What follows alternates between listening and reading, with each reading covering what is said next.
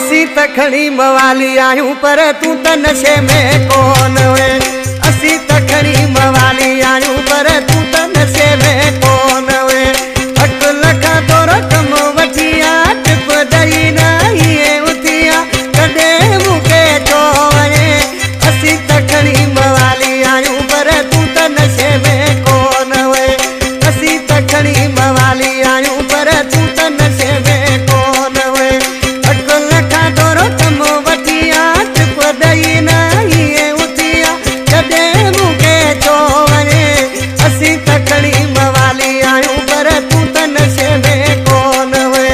असी त खणी मवाली आयूं पर तू त नशे में कोन वे। हाणे तव्हां भी पंहिंजे नाले सां शायरी रिकॉर्ड कराए सघो था। शायरी रिकॉर्डिंग लाइ हींअर ई व्हाट्सएप नंबर ते राब्तो कंदा 03352178558 0335 25 17 858।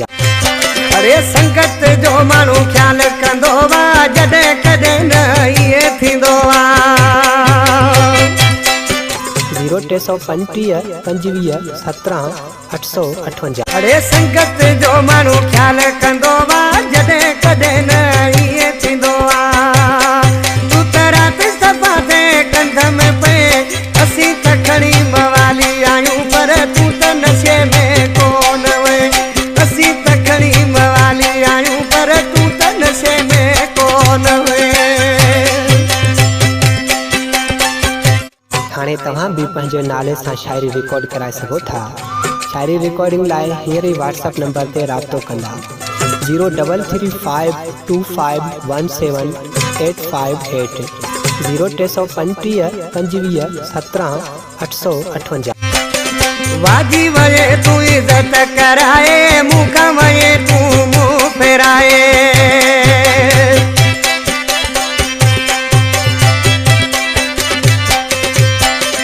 वाजी वये तू इज्जत कराए मुखा वये तू मुँह फेराए।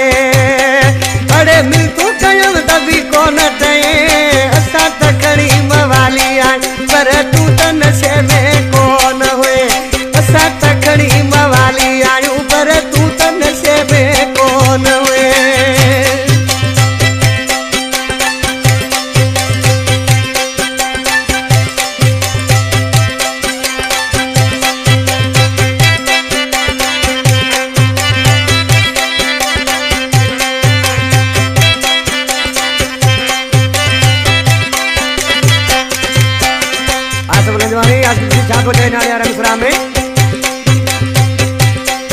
अरे नज़ीर खे इहो दुख थियो वा लंजवाणी छो